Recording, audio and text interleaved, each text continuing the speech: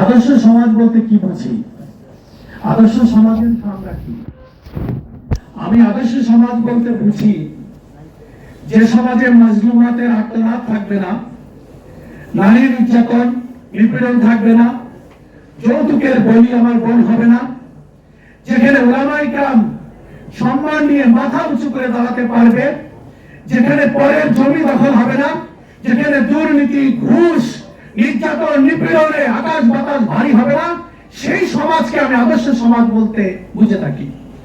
রাসূল করিম সাল্লাল্লাহু আলাইহি ওয়াসাল্লাম যে আদরে মদিনার সরকার গঠন করেছিলেন, মদিনাকে যে আদরে গড়ে তুলেছিলেন, খুলাফায়ে রাশিদিন যে আদরে তাদের খেলাফত ব্যবস্থাকে পরিচালনা করেছিলেন, সেই আদরে যদি সমাজ এবং রাষ্ট্র গড়ে তোলা যায় তাহলেই হবে আদর্শ সমাজ।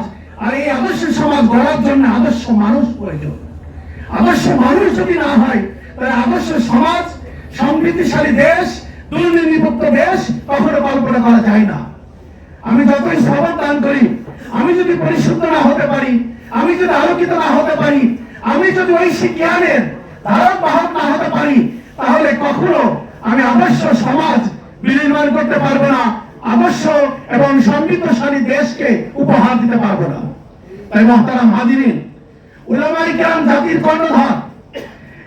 তারা যে কল্পনা করেন সবসময় তাদের মাথায় থাকে দেশ জাতিকে সামনে অগ্রসর করার জন্য। আজকে কথায় কথায় ৭১-এর কথা বলা হয়, কিন্তু ৭১ এর আগে ৪৭ আছে। সেই ৪৭-এর কথা আমাদেরকে ভুলিয়ে দেওয়া হয়েছে।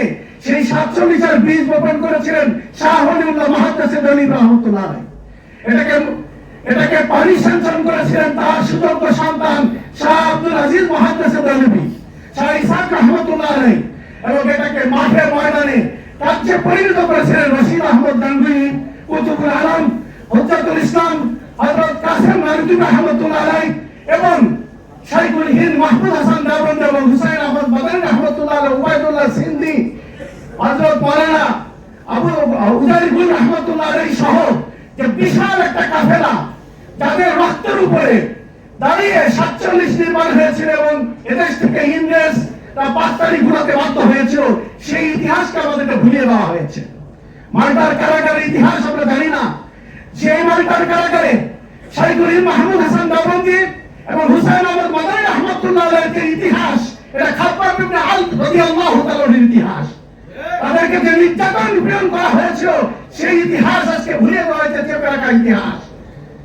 আজকে যারা বড় বড় কথা বলছে আমাদেরকে পরজীবী মনে করছে, আমরা পরদেশী কচুরি পানার মতো ভেসে এসেছি এদেশে, তাদেরকে আমরা স্মরণ করিয়ে দিতে চাই ৪৭ যদি না হতো, উলামায়ে কেরাম যদি রক্ত না দিত, তাহলে তো ৭১ পেতে না, ৭১ না পেলেই বাংলাদেশের জন্ম হতো না। সুতরাং উলামায়ে কেরামের শেকড় অতি গভীরে এটা চিন্তা করতে হবে।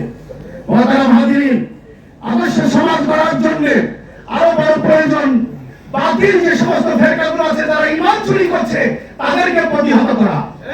আজকে ইসলামের নাম নিয়ে সবথেকে বড় ভয়ঙ্কর রূপ ধারণ করেছে হিজবুত তাওহীদ নামের যে সংগঠন। এই সংগঠনের ব্যাপারে আমাদের অবশ্যই সচেতন থাকতে হবে। এরা ইসলামের নাম নিয়ে মানুষকে ইসলাম থেকে দূরে সরানোর জন্য এবং সদা সর্বদা উলামায়ে কেরামের বিষোদ্গার করে আলেম থেকে সাধারণ মানুষকে দূরে সরানোর জন্য সর্বোপরি চেষ্টা করছে। তাই আমরা বলবো এই বৃহত্তর উলামায়ে কেরাম, উত্তরার উলামায়ে কেরাম জীবিত থাকা অবস্থাতে আমরা এই বৃহত্তর উত্তরাতে হিজবুত তাওহীদের কোন ধরনের কর্মকাণ্ড আমরা পরিচালনা করতে দেব না ইনশাআল্লাহ। আরেকটা বিষয়, উলামায়ে কেরামকে বিষোদ্গার করছে এই সাদানি ফিতনা, তাদের ব্যাপারে আমাদেরকে সতর্ক থাকতে হবে। এই ধরনের আরো যত বাতিল ফেরকা আছে সমস্ত বাতিল ফেরকাকে প্রতিহত করে উলামায়ে কেরাম মাথা উঁচু করে দাঁড়াবে, এটা আমাদের প্রত্যাশা। এবং সর্বোপরি বৃহত্তর উলামা পরিষদের পাশে আপনারা আছেন, থাকবেন এবং আদর্শ সমাজ, এই উত্তরাকে আলোকিত সমাজ, উত্তরাকে আলোকিত মডেল টাউন হিসেবে আমরা বৃহত্তর উত্তরাকে গড়ে তুলতে চাই। উলামায়ে কেরামের মাথা উঁচু করে দাঁড়াবে, উলামায়ে কেরাম নির্যাতন নিপীড়ন যে সহ্য করেছে তার বদলা উলামায়ে কেরাম নিবে, এটা আমরা আশা করি ইনশাআল্লাহ।